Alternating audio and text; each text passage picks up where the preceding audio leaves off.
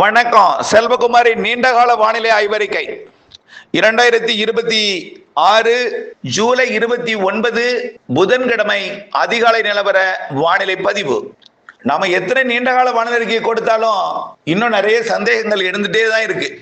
அதாவது இன்னும் கொஞ்சம் டீப்பா வேணும். எங்க பகுதிக்கு வடகிழக்கு பருவமழை கிடைக்குமா? சுருக்கமா சொல்ல போனா உள் மாவட்ட மழைப்பகுதிகள் அதாவது குறிப்பா தென்மேற்கு பருவமழையே நிறைய சந்தேகம் இருக்கு. வரக்கூடிய மழைப்பொழிவு பல மாதிரிகள் காட்டப்படல. வரக்கூடிய ஆகஸ்ட் முதல் வார வெப்பசலன மழைப்பொழிவு சரி, தென்மேற்கு பருவமழை கேரளாவில் தீவிரமடைவதும் தமிழ்நாட்டின் மேற்கு தொடர்ச்சி மலையில தீவிரமடைவதும் கூட காட்டல. அது சந்தேகம் நிறைய பேருக்கு. ஆக மழை பெரிதாக இருக்காது என்று சொல்கிறார்களே, உண்மையா அப்படின்னு ஒரு கேள்வி. தயவு செய்து எதையும் போட்டு குழப்பிக்காதீங்க தயவு செய்து. ஆக இப்போ ஒடிசா மற்றும் மேற்கு வங்கம் இடைப்பட்ட பகுதியில் இருக்கக்கூடிய நிகழ்வு உள்ள போனதுக்கு அப்புறம் தான் தெற்கு காற்று நுழைவதற்கு வசதியா அமையும். மிக மெல்ல நகருது. இது மகாராஷ்டிராவின் வடக்கு பகுதி மத்திய பிரதேச பகுதியில் போகும்பொழுதுதான் மழை நல்லா தொடங்கும். வெப்பசலன இடிமழை குஜராத் மற்றும் ராஜஸ்தான் போய் செயலிழந்த பிறகுதான் தென்மேற்கு பருவமழை கேரளாவில் தீவிரமடை. வெப்பசலன இடிமழை பொழிவும் தமிழ்நாட்டில் கிடைக்க பெறும். அப்பதான் டைட்டா வடக்கு நோக்கி போயிட்டு இருக்க காத்துல ஒரு தொய்வு ஏற்படும். காற்று குவிதல் தமிழ்நாட்டில் ஏற்படும். அடுத்த நிகழ்வு உருவாகும் வரைக்கும் 8ஆம் தேதி வரை மழை பொழிவு கொடுக்கும். 10ஆம் தேதி வரையுமே இருக்கும். 15ஆம் தேதி வரை இருக்கும். 8 வரை தீவிரம், 10ல கொஞ்சம் தீவிரம் கம்மியாகும். 10ல இருந்து 15 வரைக்கும் இன்னும் கொஞ்சம் தீவிரம் கம்மியா இருக்கும். மீண்டும் 15ல இருந்து அதிகமாயிடும். வரக்கூடிய மழை எங்க அதிகமா இருக்கும், எங்க குறைவா இருக்கும் அப்படிங்கறதையும் ஏற்கனவே நம்ம படிச்சிருக்கோம், சொல்லியிருக்கிறோம். அது நீலகிரி மாவட்டத்திலிருந்து கன்னியாகுமரி வரைக்கும் மேற்கு தொடர்ச்சி மலையிலையும் கேரளாவிலையும் கர்நாடகாவிலையும் நல்ல மழை தென்மேற்கு பருவமழை கொடுக்கும். நீலகிரிக்கும் வால்பாறைக்கும் நேற்றை கூட வால்பாறையில 4 சென்டிமீட்டர் மழை பொழிஞ்சிருக்கு. இன்றைக்கு காலை கூட உடுமலைப்பேட்டை முக்கோணத்துக்கு சாரல் வந்திருக்கு. சாரல்னா தண்ணீர் ஓடும் அளவிற்கு ஒரு சாரல் கொடுத்திருக்கு. நனைக்கும் மழை முதல் லேசான மழை வரைக்கும் கூட கொடுத்திருக்கு. இது படிப்படியாக அதிகரிக்கும். 1ஆம் தேதியிலிருந்து 8ஆம் தேதி வரை அதிகரித்து காணப்படும். தமிழ்நாட்டிலும் வெப்பசலன மழைப்பொழிவும் பரப்பில் அதிகரித்து காணப்படும். முதலிடத்தை திருவள்ளூர், சென்னை, செங்கல்பட்டு, காஞ்சிபுரம், ராணிப்பேட்டை, வேலூர், திருப்பத்தூர், திருவண்ணாமலை, கள்ளக்குறிச்சி, விழுப்புரம், புதுச்சேரி, கடலூர் மற்றும் அரியலூர், பெரம்பலூர், மயிலாடுதுறை, நாகப்பட்டினம், திருவாரூர், தஞ்சாவூர், புதுக்கோட்டை, சிவகங்கை, ராமநாதபுரம், திருச்சி, அரியலூர், பெரம்பலூர் இதெல்லாம் கொடுக்கும். அடுத்த இடத்திற்கு கிருஷ்ணகிரி, தர்மபுரி. கிருஷ்ணகிரி கூட வடக்கு பகுதி பெங்களூரை ஒட்டி நல்ல மழை கிடைக்கும். கிருஷ்ணகிரி, தர்மபுரி, சேலம், ஈரோடு வடக்கு, நீலகிரி ஒட்டுமொத்த கிழக்கு பகுதி வரைக்கும், பவானி சாகர் சரிவு வரைக்கும், மாயாறு சரிவு கூட நல்ல மழை இருக்கு. வெப்பசலன இடிமழை பிடிப்போம். தென்மேற்கு பருவமழை கேரளா எல்லையோரத்திற்கும், கோயம்புத்தூர் வடக்கு, ஈரோடு வடக்குக்கும் அங்கங்கே நல்ல மழை இருக்கும். நம்ம ஏற்கனவே சொல்லியிருக்கிறோம். மதுரை வடக்கு, சிவகங்கை, புதுக்கோட்டை, ராமநாதபுரம் வரைக்கும் கொடுத்திருக்கோம். திண்டுக்கல் மாவட்டத்தோட கிழக்கு பகுதி, கொடைக்கானல் மலைப்பகுதி, கரூர் மாவட்டத்தை பொறுத்த வரைக்கும் என்ன சார் எங்க ஊரை சொல்ல மாட்டீங்கன்னு நீங்க சொல்லியிருக்கலாம். அங்கேயும் இருக்கும். அது காற்று பகுதி இருந்தாலும் அங்கேயும் மழை இருக்கும்.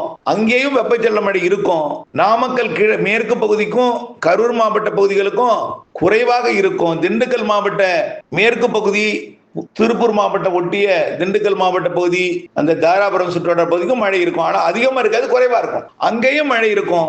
அங்கேயும் அடுத்த சிஸ்டம் நல்ல அடுத்த ஒரு அமைப்பு நல்ல மழை பொழிவை கொடுக்கும். எப்பன்னு பார்த்தீங்கன்னா இந்த ஆகஸ்ட் 18க்கு மேல வர்றது.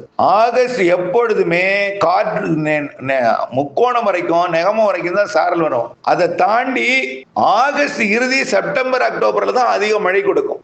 ஆகஸ்ட் இறுதி, செப்டம்பர் மாதம், அக்டோபர் முன் 15 தேதி 45 நாள் இந்த காற்று பகுதிக்கும் மழைப்பொழிவு கொடுக்கும். காற்று பகுதிக்கும் மழைப்பொழிவு கொடுக்கக்கூடிய நாள் செப்டம்பர், அக்டோபர், ஆகஸ்ட் இறுதியிலிருந்து. இப்ப இல்லைன்னு சொல்லல, இருக்கும். அதிகமா எதிர்பார்க்கிறாதீங்கன்னு சொல்றேன், புரியுதுங்களா? அதிக மழை என்பது அங்கேயும் அதிக மழை.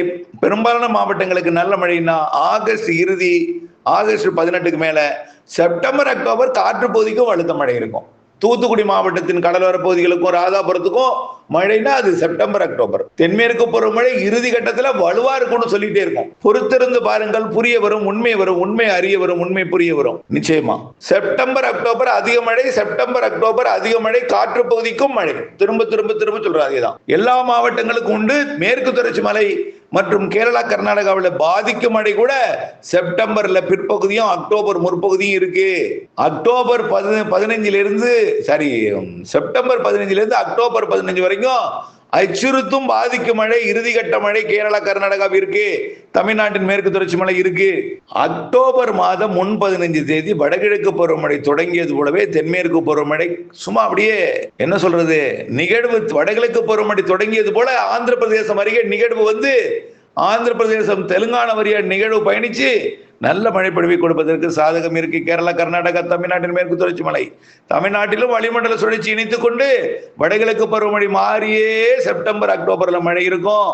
அக்டோபர் 18 இருந்து வடகிழக்கு பருவமழை அனைத்து மாவட்டங்களுக்கும் அதிகம். கடந்த ஆண்டு இலங்கைக்கு வந்து தமிழ்நாட்டுக்கு வரலான இந்த வருடம் இலங்கைக்கும் உண்டு, தமிழ்நாட்டுக்கு உண்டு. குறிப்பா இலங்கையை ஒட்டி உள்ள தமிழ்நாடு பகுதி, தென் மாவட்டங்கள், டெல்டா மாவட்ட பகுதிகள் முதலிடத்தை பிடிக்கும். வடகடலோரம், சென்னை உள்ளிட்ட பகுதிகளுக்கும் கொடுக்கும். இங்க பெய்தாலும் பெரிதா தெரியாது, ஆனா அங்க சிறுமழையே அதிகமா தெரியும். அங்கேயும் பாதிக்கிற மழை உண்டு சென்னைக்கும்.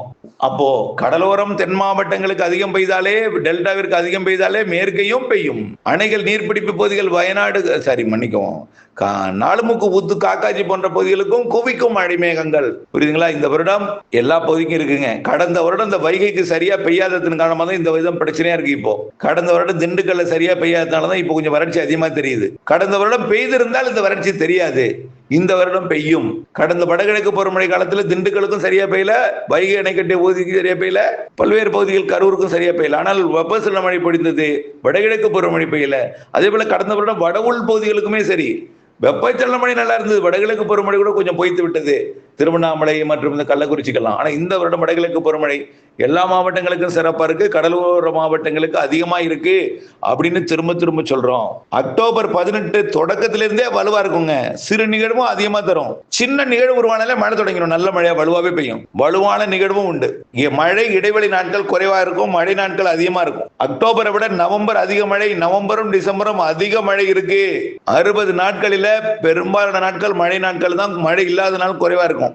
கண்டிப்பா இந்த வருடம் தேக்கும் வகையில, நிரப்பும் வகையில, உடைப்பெடுக்கும் வகையில, அதாவது எதுக்கு நான் சொல்றேன்னா உடைப்பெடுக்கும் வகையில்னா ஏரி குளங்கள் கரைகளை வலுப்படுத்த வேண்டும், ஏரி குளங்களை நிரப்ப வேண்டும், நிரப்பிய நீரை உடைப்பெடுப்பாமல் பாதுகாக்க வேண்டும், நிறைய நீரை சேமிக்க அகலப்படுத்த வேண்டும், ஆழப்படுத்த வேண்டும், கரைகளை வலுப்படுத்த வேண்டும் என்றுதான் நம்ம திரும்ப சொல்லிட்டே இருக்கோம். மழை இருக்கு, நம்பிக்கையுடன் இருக்கலாம், மழை நீரை சேகரிக்க வேண்டும் என்று அன்போடு கேட்டுக்கொள்கிறேன். குழப்ப வேண்டாம். ஜனவரி 10 வரைக்கும் நல்ல மழை இருக்கு. அதற்கு பிறகு கொஞ்சம் வெயில் அதிகமானாலும் கோடை மழையும் தென்மேற்கு வடகிழக்கு பருவமழையும் அடுத்த வருடம் பிரச்சனை இருப்பதாக தெரியல. இருந்தாலும் ஜனவரி மாதம் வடகிழக்கு பருவமழை நிறைவடையும் பொழுது கடல் வெப்பம் எப்படி இருக்கு, நீரோட்டம் எப்படி இருக்குன்னு பார்த்துட்டு அதை உறுதிப்படுத்தலாம்.